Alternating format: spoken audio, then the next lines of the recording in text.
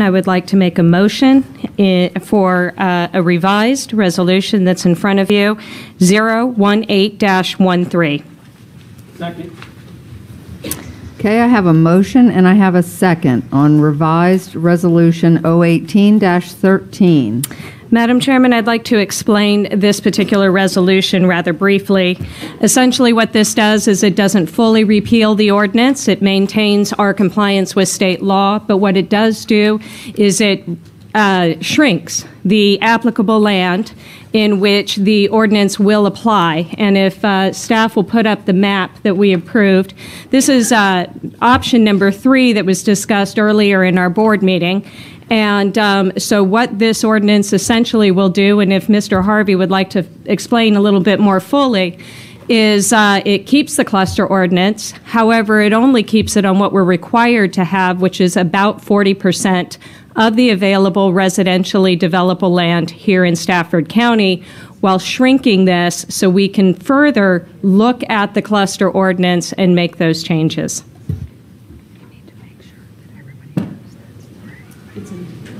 Okay. Oh, okay.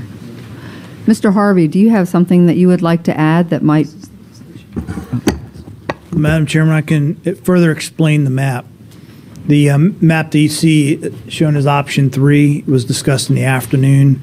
This, as Ms. Maurer said, this would represent 40% of the undeveloped agricultural and residential zone property in the county.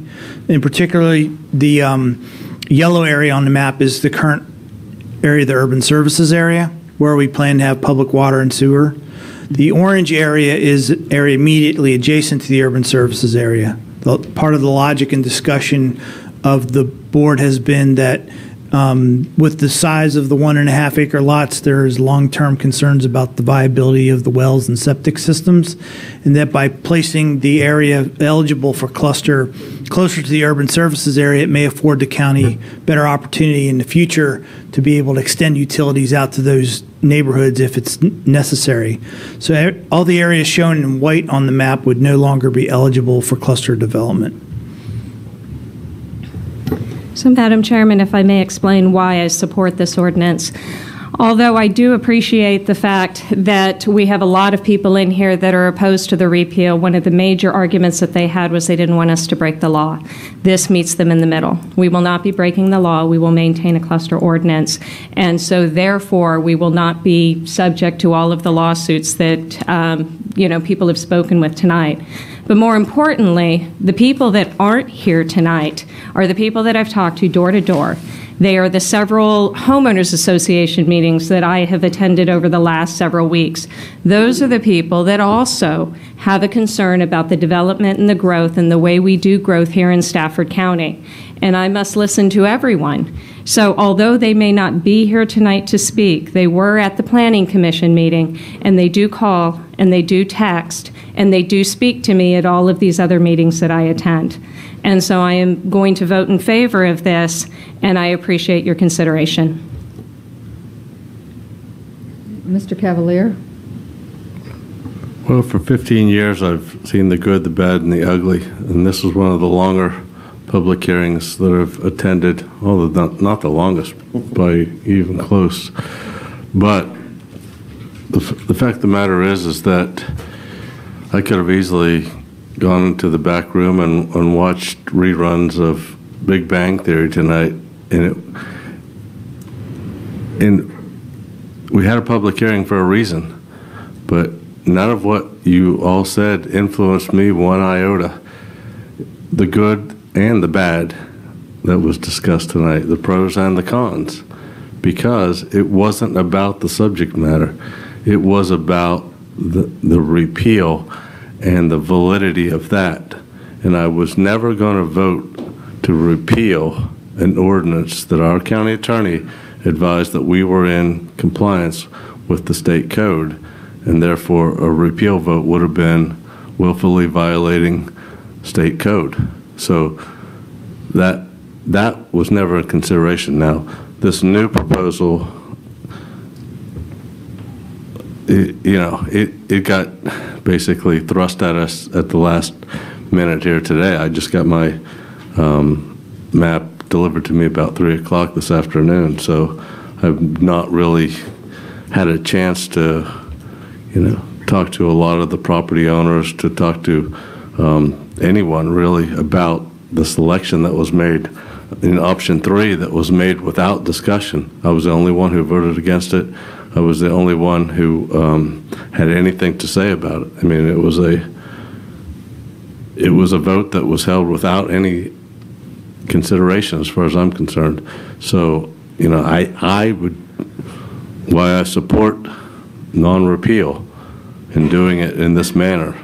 I don't support the quick action in choosing this option without consultation and further study. Anybody else? Mrs. Shelton? There are many things I agree with on Mr. Cavalier. I was absolutely not going to repeal because I believe, I'm sorry about my throat, I believe that I would be breaking the law, and I can't do that because I'm retired military and I just can't go there. But I like this solution. This solution meets the intent of the law. I think I understand what Mr. Cavalier is saying, that we didn't get very much time to really review it. But on the other hand, I do think it meets the intent that we want. And just understand that all of the criteria that we talked about, the suggestions that you guys have made for things that we can do to change this ordinance in the future are exactly what we're going to do.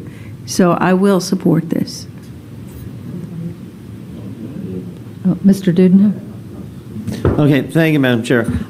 Several things on this. First of all, one of the things that came up during the Planning Commission hearing and was mentioned a bit tonight is that that the issues, we don't really know what the problems are. Some people have been very forthright and said, we know there's problems, and we would like to address them. The issues, and I asked Mr. Harvey this afternoon, the issues on his list have been known by people if they've watched any of the planning hearings, any of the Board of Supervisors meetings. So the idea that we don't know what the issues are is maybe I just have no life and I'm watching too many meetings, but it's been known. The process, some people wanted more public input. The public has had input, both public hearings, phone calls, emails, a website that was created, signs on the side of the road, an advertisement in the newspaper, and then a lovely mailer that was sent out anonymously that I thank you for putting my cell phone number on, but nobody else's. So if you think that all of that had no input into the process, you're wrong. Long before, I think a couple of weeks ago, we started talking about a two-step process.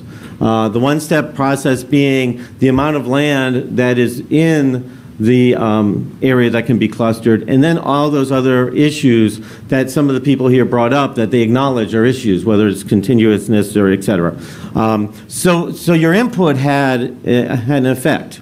And so that two-step process led to also people thinking outside the box as to what would be a solution that would not just be a repeal or not repeal type thing. Is there something more that we can do other than just the black and white? So the people who feel that they haven't gotten any input into the process, you did, and you'll continue to do so, because as we move to the next stage, looking at those other elements in the cluster ordinance, you will continue to have input at that as well. Yes, I will certainly agree that there are some people who do clusters well, and I've sat on the Planning Commission and seen them, but we also, and the people who got up to this evening and some at the planning hearing, acknowledge that some not so. And the unfortunate fact of life is that ordinances and rules are passed because some people cannot follow the simple rules and regulations of society. And so we have to change them. I teach at 2 universities. Both universities have banned laptops, Kindles, iPads, and just because the students are not paying attention to the teachers at that point, or the professors, they're doing other things, including watching movies or shooting zombies. So they have banned them everywhere. And so unfortunately, the good students that would use the devices appropriately are punished because of the actions of a few. Hence, here we are. Yes, there are some people who have been doing things appropriately. Unfortunately, there are some, and Mr. Harvey had terrific maps that showed there are instances that raise concerns. And many of the people have been very forthright to say, yes, we acknowledge our concerns, let us work with you. Which gets us to the doctrine of clean hands and the misinformation that was on the website, the misinformation that were on signs, the misinformation that's in advertisements, the misinformation that is on a mailer that's made to scare people and upset people.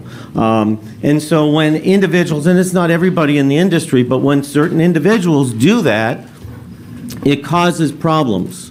And the fault lies, and not to sort of paraphrase Shakespeare, but the fault lies not with this board, but it lies with the peers that felt it was necessary to do misinformation to paint you in that way.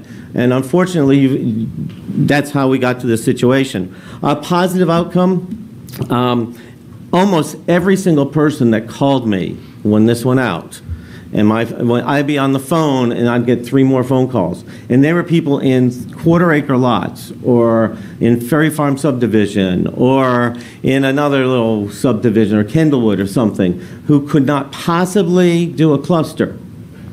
When I explained to them what was going on, almost every single one of them said, well, gosh, we need to stop this. You need to move ahead and do what you need to manage growth. They use that word that many of you have used tonight, manage growth. And you need to do what you can to keep the rural character of our county rural. And these are people who have been longtime residents. These are people who, thankfully, I got phone calls from other people's districts. And yes, they didn't come tonight because to a certain degree they called me, and I guess they felt that, calling me was good enough, I suppose, or they just have sense not to be out on icy roads. But so there is a number of people that feel that we need to do something, and this is a way to listen to the people who say, don't repeal, so we're not. You said, let us have input. We have. And we will continue to have. And we've listened to the people who say, whoa, we don't want to be Fairfax. And particularly, I'll be quite honestly, my end of the world, we don't want to be Fairfax. And so I wholeheartedly support this motion. Thank you. Mr. Dudenheffer? I don't know if I'm going to be the last person to speak, but in many ways I might be the most radical of all the members up here, because personally I wish we'd have repealed the ordinance and started over.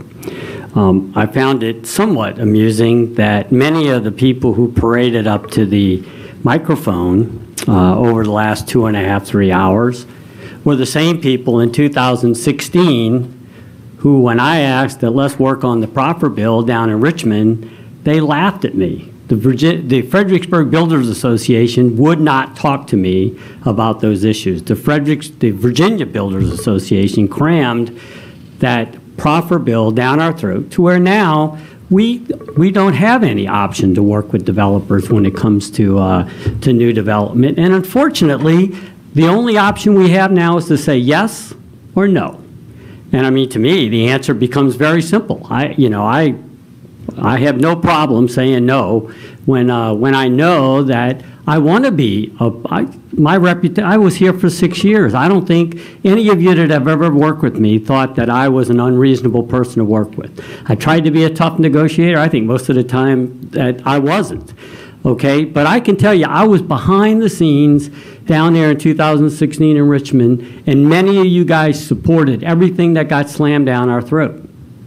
Slammed down our throat. And now, not only do we have issues with this, we have issues with our ability to work with developers to make Stafford a better place. We have mega problems in this county. We have a $160 million school on our plan, a $40 million elementary school, a $71 million courthouse. All of these things are a direct result of the runaway growth that we have. And all I heard for the last 3 hours was, oh, we're not making as much money, or we're going to have problems in the future because, oh, we're worried about the price of houses for people moving in.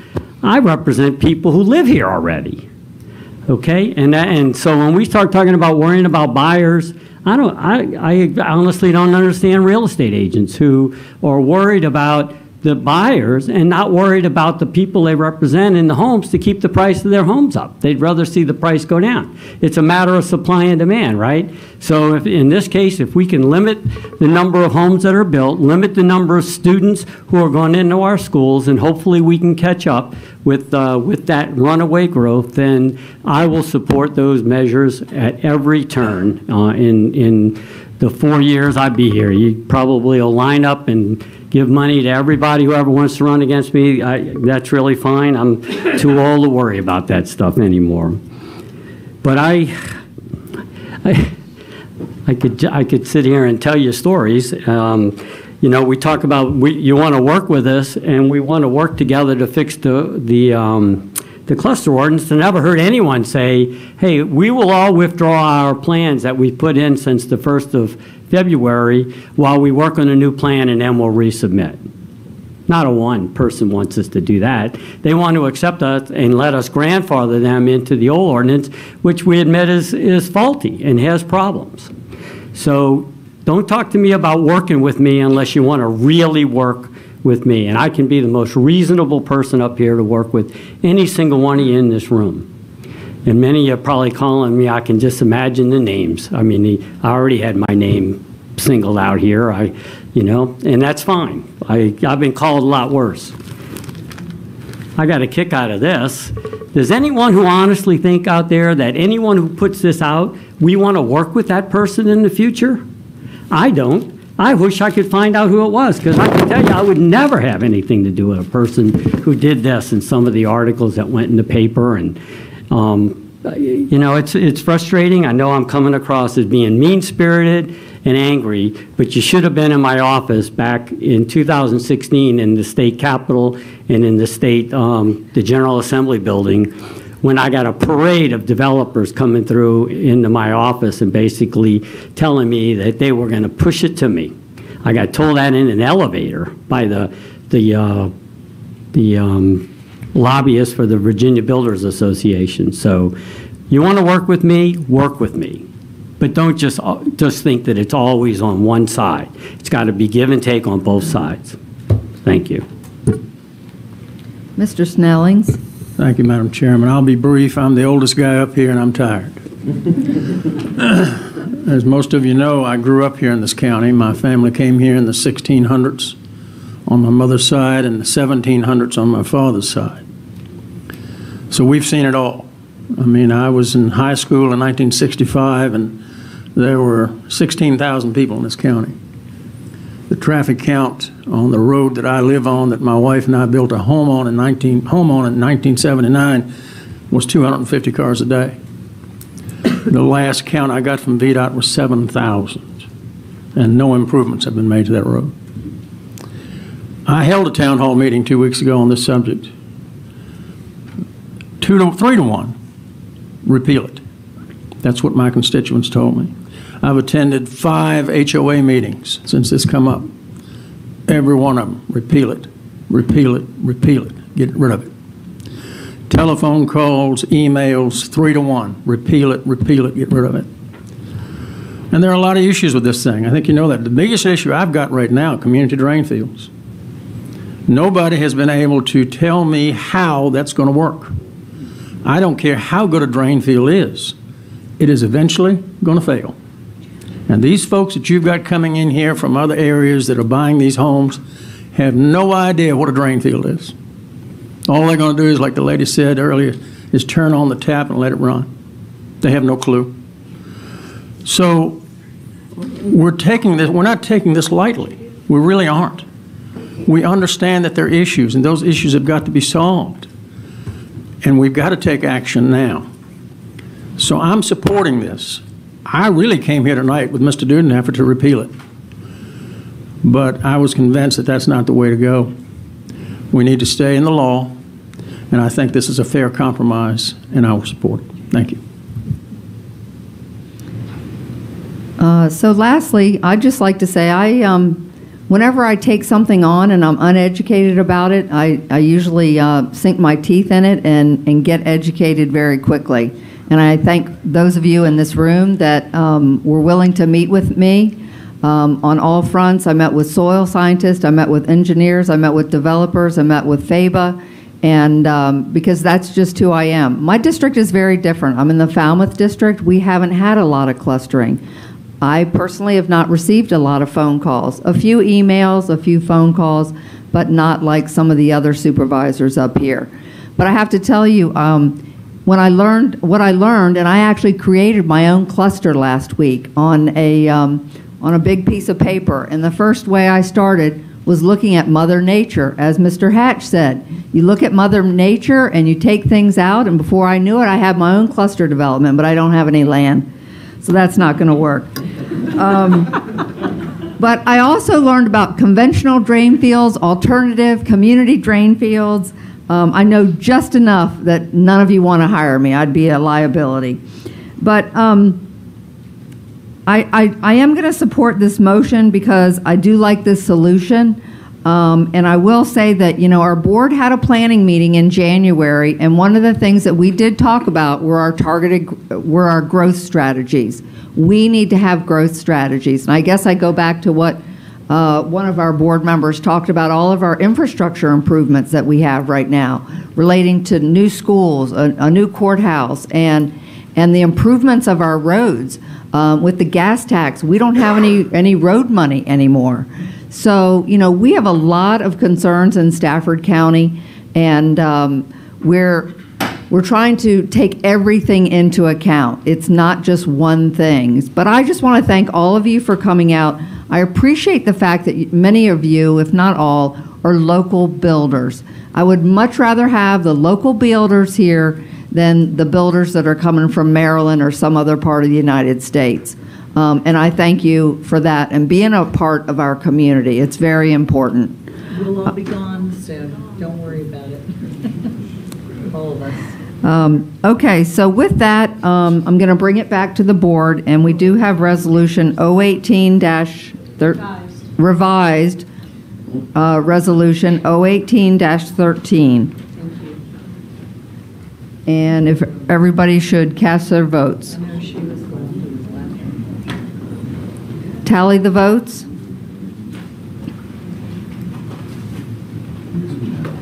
The motion passes 6-1.